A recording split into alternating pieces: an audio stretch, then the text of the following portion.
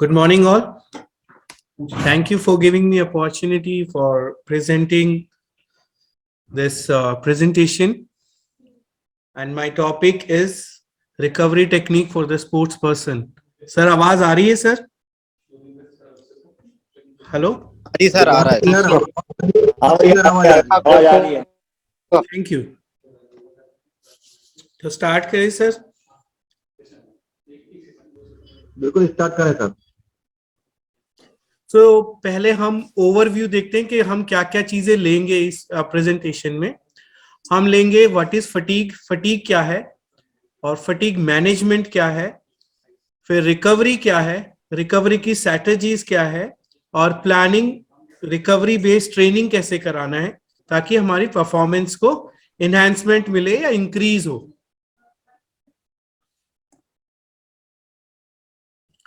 सो fatigue क्या होता है?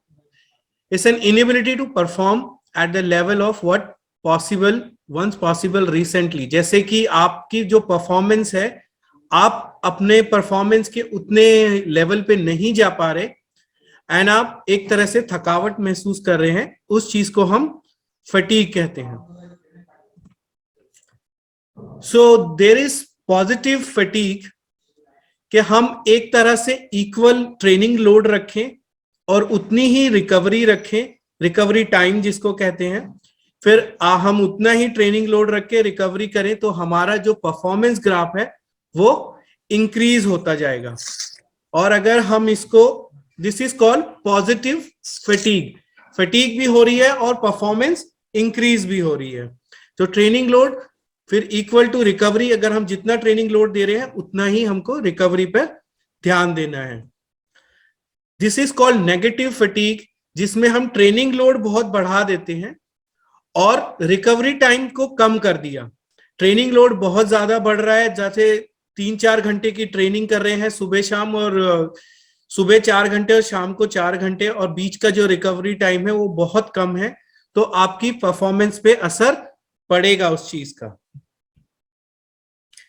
Next is, this is the continuum of training, means ये एक तरह का ग्राफ है कि जो ये बता रहा है कि आप क्या क्या चीज, हम ओवर रिकवरी करेंगे और अंडर ट्रेनिंग करेंगे तो हमारा ग्राफ थोड़ा सा बढ़ेगा परफॉर्मेंस के मामले में।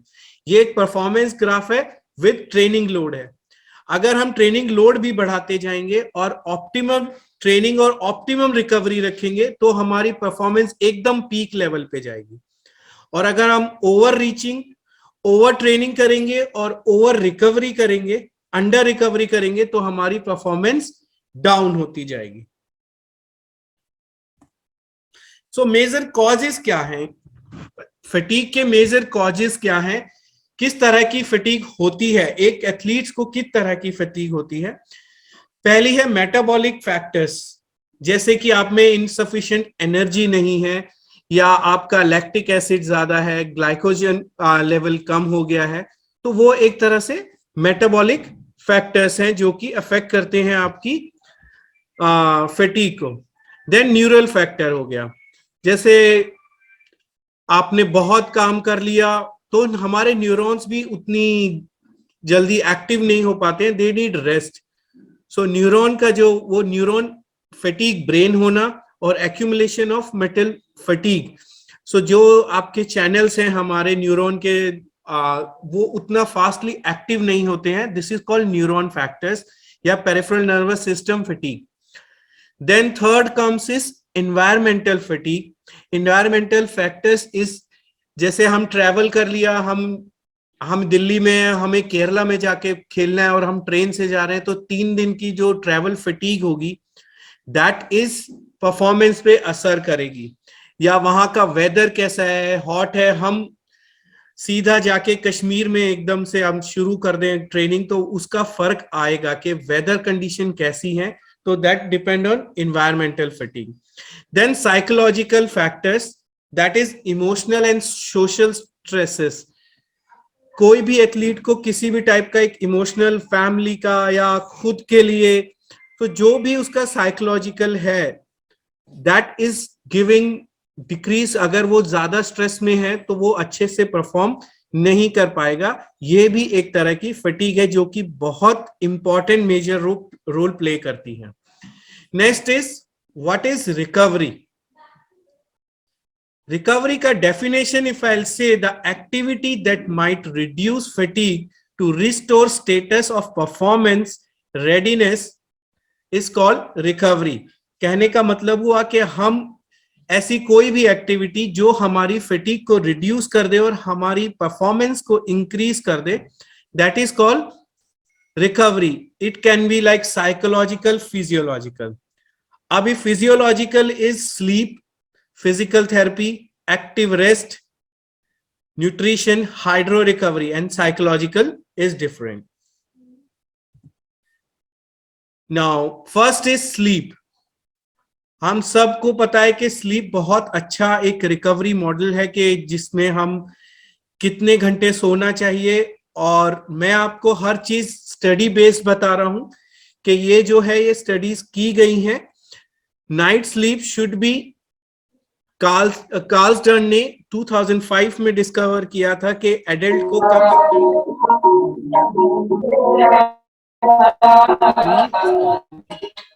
माइक ऑफ कर सकते हैं मैम?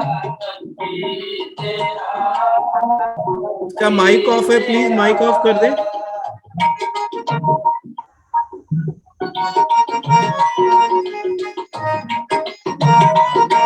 प्लीज माइक ऑफ कर दें ma'am. Satvinder ma'am,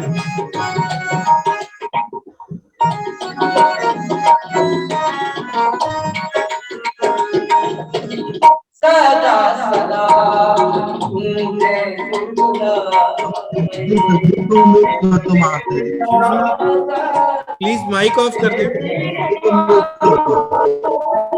Satvinder ma'am, mic off कर दें मैम।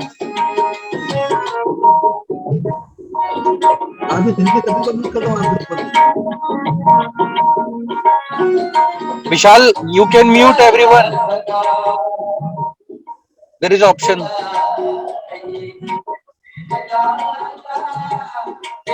Host can mute.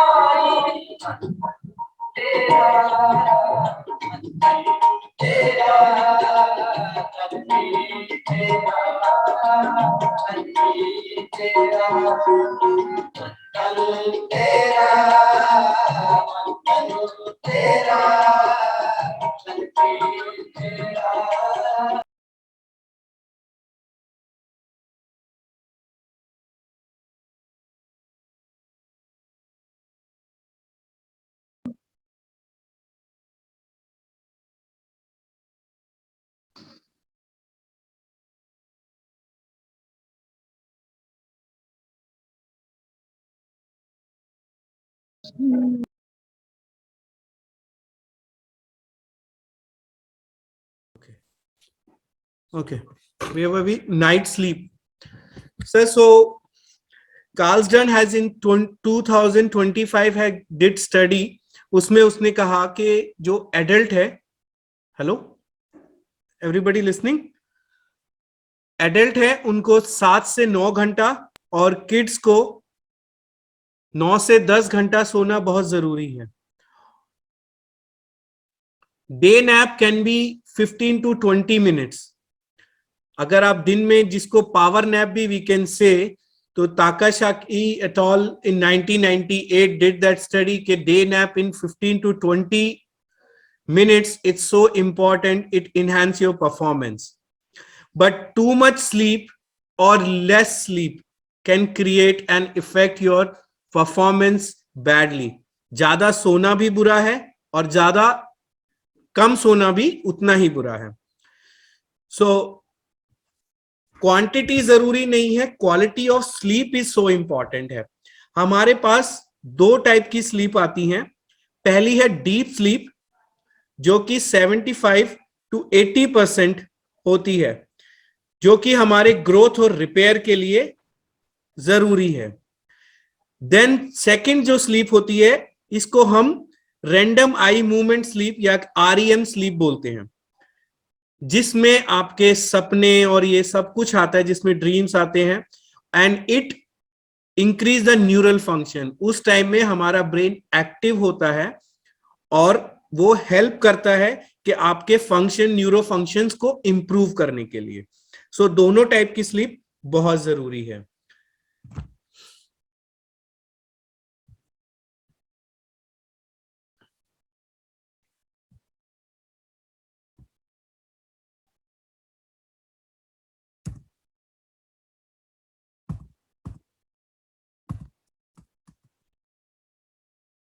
ये आगे नहीं जा रहा, ऐसा ही आगे नहीं जा रहा।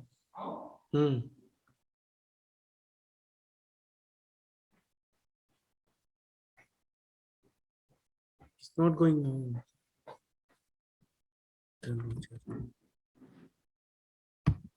इसको इधर कर, इसको इधर कर दो इसको, बस इतना ठीक है ना? अब दिख रहा ना? ठीक, इसी से चलो। दिख रहा है। Okay, thank you sir.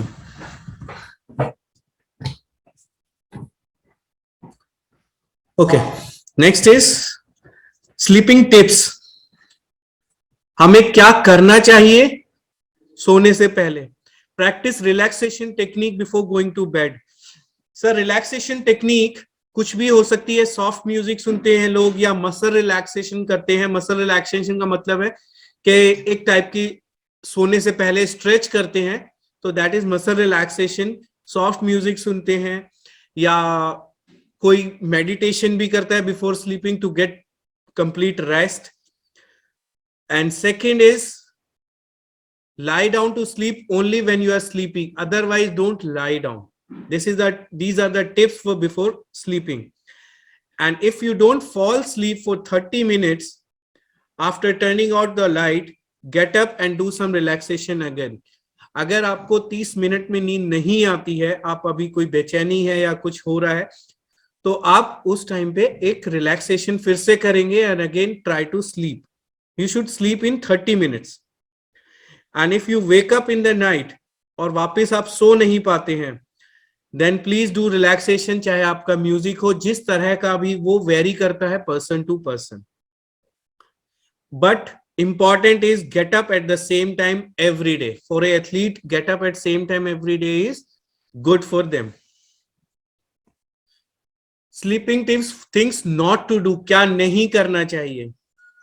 सोने से पहले आपको कॉफी, टी या कोक वगैरह नहीं लेनी है, बिकॉज इन सब में कैफीन होता है जो आपको रात की जो स्लीप है उसको डिस्टर्ब करेगा। या कोई भी निकोटीन, अल्कोहल नहीं लेना है, तो आपका स्लीप पैटर्न डिस्टर्ब होगा और आपकी परफॉर्मेंस पे बहुत फर्क पड़ेगा।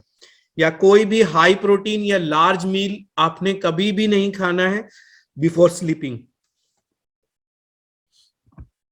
Now comes to nutrition. So how nutrition help in recovery? Fluid, ये हम सब जानते हैं कि हम फ्लूइड रिहाइड्रेट करते हैं और until यूरिन का कलर चेंज हो जाए। या स्पोर्ट्स ड्रिंक, ये एक स्टडी है जो कि ऑक्सीजनेटेड वाटर पे की गई थी, ऑक्सीशॉट के नाम से, 2006 में। It is like psychologically it can say कि oxygenated water help करता है, but कोई इसका physiological phenomena नहीं आया कि oxygenated water help करता है। But the chocolate milk या carbohydrate plus protein in 2006 it says it help completely. Then fuel, हमें कब फ्यूल देना है? फ्यूल मीन्स हमें कब न्यूट्रिशन का लोडिंग करनी है? immediately after 30 minutes to 2 hours. Then carbohydrate should be 1 gram per kg per hour, and the glycemic index is glucose and increase the insulin level. Perhaps consumed every 15 to 30 minutes. So what IOC recommend in 2013, International Council, what Olympic Council in 2003, boiled potatoes, cereal, recovery bars, rice, bread, sugar, jam, honey, tropical fruits you can give for the as a nutrition even during training session. So hydration हम कैसे check करेंगे हम hydrate है या नहीं है?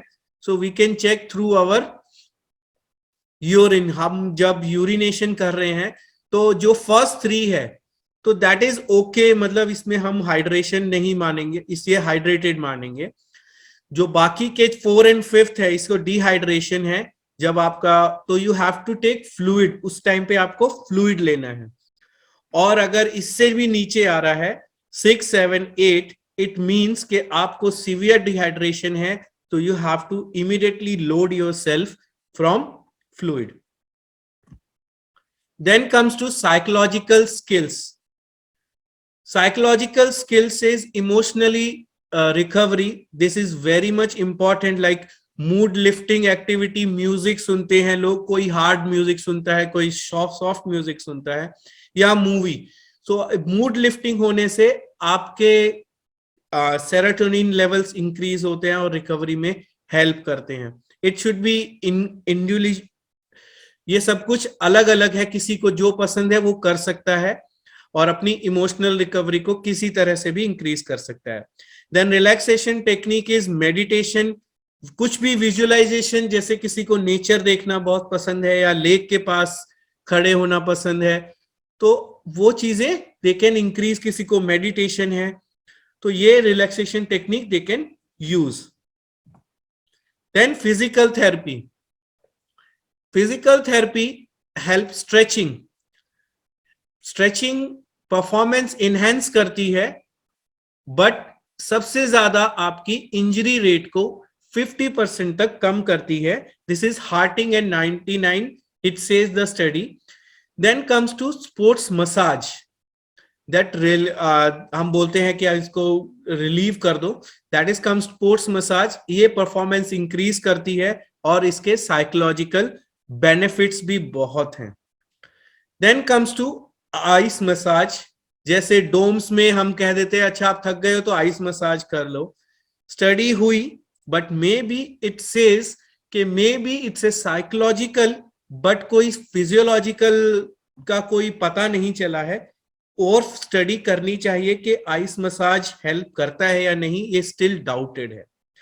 Then comes to acupuncture and acupressure, it help increase vagal activity, का मतलब है कि न्यूरल एक्टिविटी इंक्रीज होने से ही आपको एकदम से हेल्प मिलती है। जैसे हम हमारे एथलीट पे ड्राई नीडलिंग करते हैं इस तरह से, तो उनका इफेक्ट बहुत अच्छा आता है एंड पेन रिलीफ जल्दी होता है।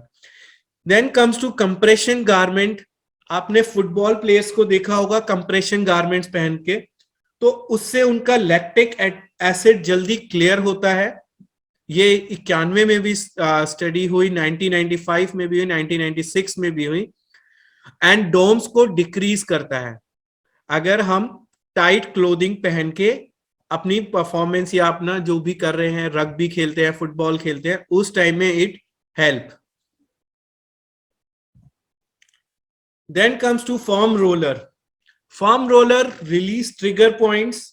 हम सब आफ्टर अपना ट्रेनिंग सेशन के बाद आपने काफी एथलीट फॉर्म रोलिंग करते हैं, जो कि एक ट्रिगर पॉइंट को, जितने भी ट्रिगर पॉइंट है या मायोफेशियल पेन्स हैं वो डिक्रीज होते हैं, सोरनेस कम होती है, फ्लेक्सिबिलिटी और मोबिलिटी बढ़ती है, और खुद को सेल्फ मसाज होने से सेल्फ सेटिस्फैक्शन मिलता है, which is very helpful for recovery. Then hydro recovery, कई बार आपने देखा होगा कि जो हाइड्रो रिकवरी में जाए, पूल रिकवरी है, aqua exercise 15 to 40 minutes is good for recovery period, because it's psychological, पानी के साथ खेलने में ही अपने आप पे साइकोलॉजिकल फर्क पड़ता है।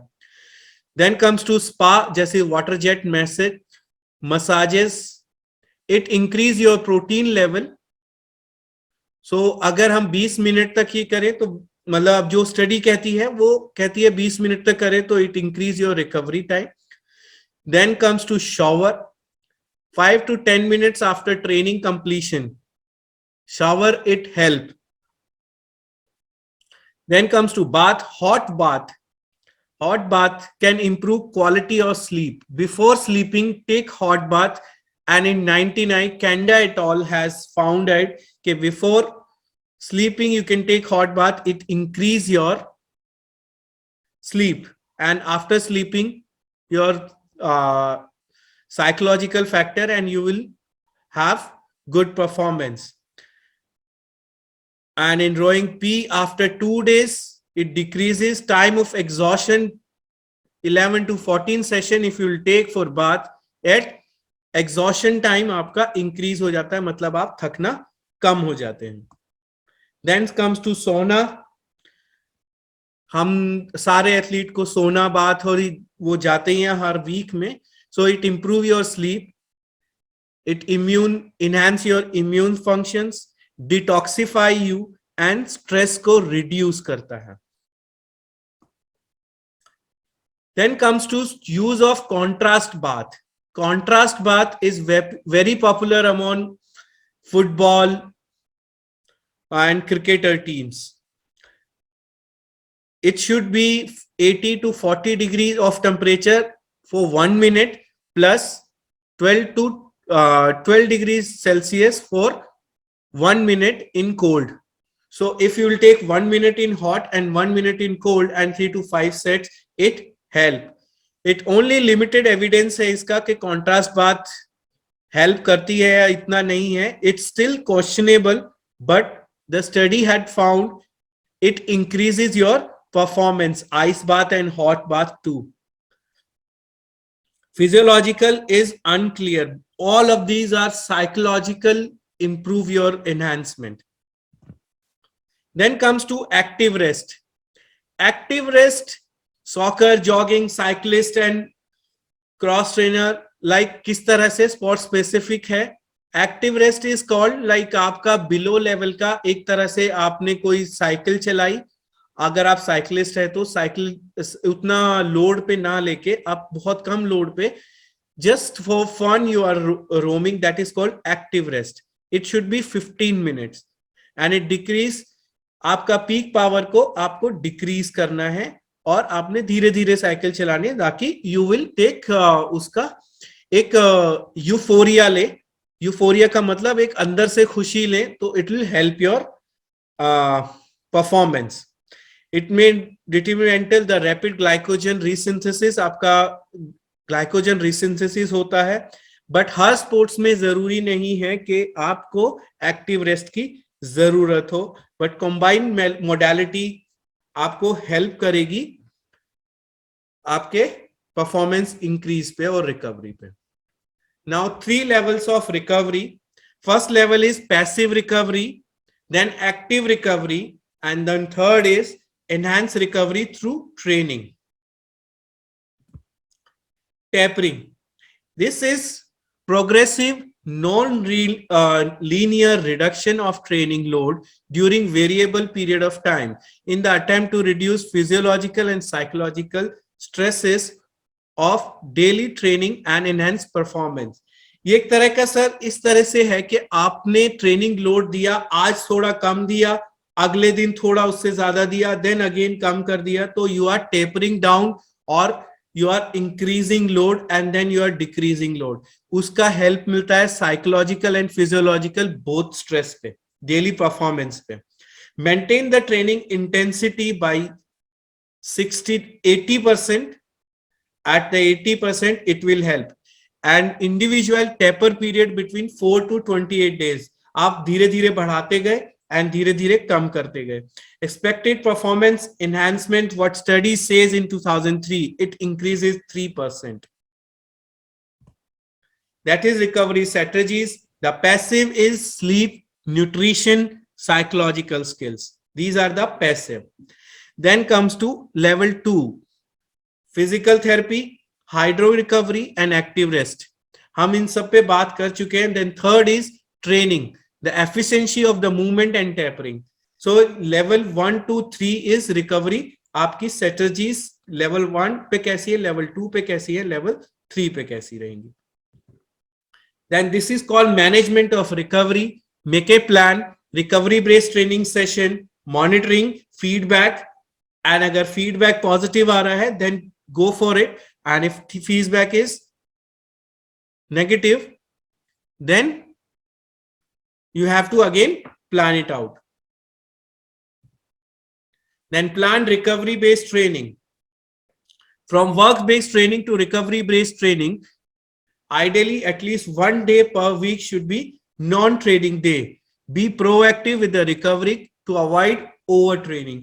आपने ओवर ट्रेनिंग पे नहीं जाना है and be on recovery based रहे, don't be it should not be work based training.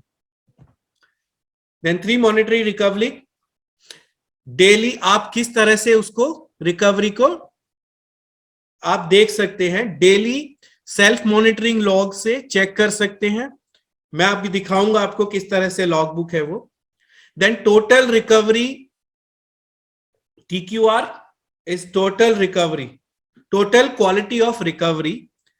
Then third is rest stress qualitative sports, that is a third kind of recovery, documented. It is the documentation. This is the daily log. You can make it कि how much it's, कितना आज gym किया, आज कितना running किया, आज कितना training session लिया, कितने उससे ली। So this is called the daily log book. एक एथलीट की हम बना के उस पे weekly we can see how much is increasing. Then performance readiness is responses to the recovery. Physical is the feeling in shape. If athlete is like performance कैसे बढ़ेगी, उसको लगेगा कि मैं I am feeling in shape, that is good. Restore energy and balances homeostasis. Physiological homeostasis का मतलब है अपने मैग्नीशियम और कैल्शियम आयंस को नॉर्मल रखना, अपने को हाइड्रेट रखना. Then psychological is refreshed and relaxed. How much athlete जितना वो रिफ्रेश और रिलैक्स रहेगा, स्ट्रेस में नहीं रहेगा, उसकी परफॉर्मेंस हमेशा बढ़ेगी. Medical is recovered from rehabilitation. कोई उसको चोट लगी है, उससे वो रिकवरी हो जाए और रिहैबिलिटेशन से आ जाए, बैक टू प्ले आ जाए. That is their responses. Recovery centres are hydro recovery, one hot one cold with the jet massage. Active rest is jogging, cycling, stretching, relaxation, visualizing. Like हम motivational video दिखाएं अपने athlete को तो वो जल्दी से उनका performance level, emotional level increase होते ही परफॉर्मेंस लेवल बढ़ जाएगा. The winning formula, train hard, recovery well, it equal to enhance performance and that is win. So motto is athlete centred, coach driven, sports scientists supported. Thank you.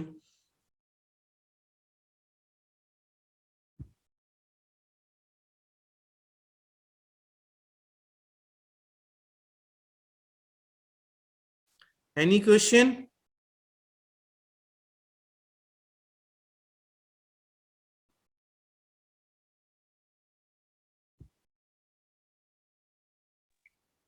नमस्कार sir जी.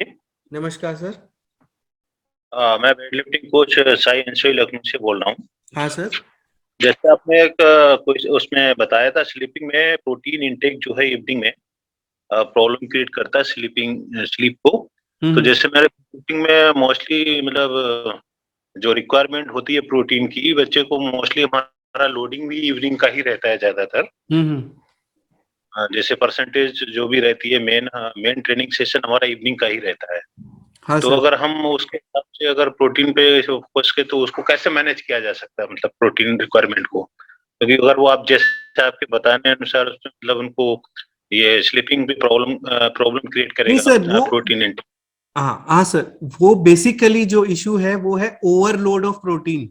वो करेंगे that will give. सो जो nutritionist के हिसाब से overload condition में, हाँ, जो न्यूट्रिशनिस्ट कंडीशन में होगा. नहीं सर, ओवरलोड में कुछ नहीं होगा. उसमें आपको अगर हम उसको रिकवरी का प्रोटीन ओवरलोड होगा तब ये सिचुएशन आएगी. हाँ, अदरवाइज नहीं आएगी. जो हमारी न्यूट्रिशनिस्ट हैं और जो हमारे अंदर मेस में हैं, they have very synchronized, so they will give only that much which is required, so they will get sleep. So उतना ओवरलोड नहीं.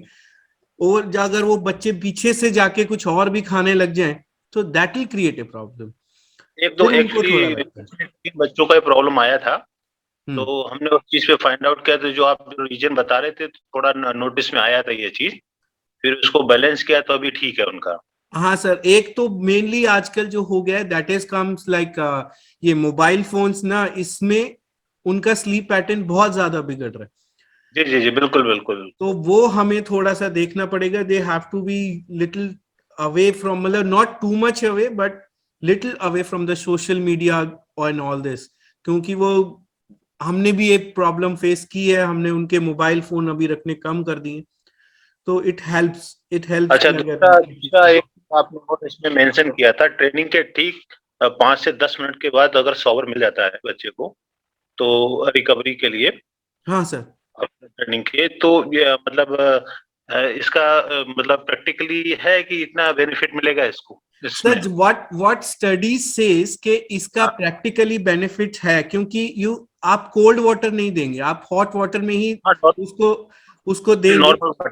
हाँ, बट एकदम से ट्रेनिंग सेशन 5 to 10 मिनट्स नहीं है, basically go for stretching first and then take bath, and it definitely कितना duration होना चाहिए उसको, मतलब ट्रेनिंग के बाद कितना ड्यूरेशन के बाद ले सकता है? Sir with half an hour, it's like half an hour घर जाए, अपना हॉस्टल जाए and he can take bath and then he will feel, खुद आपको खुद ये लगेगा, if you take the daily log तो परफॉर्मेंस बहुत अच्छा होगा। 5 मिनट लिखा था, हाफ एन आवर वो ले सकता है?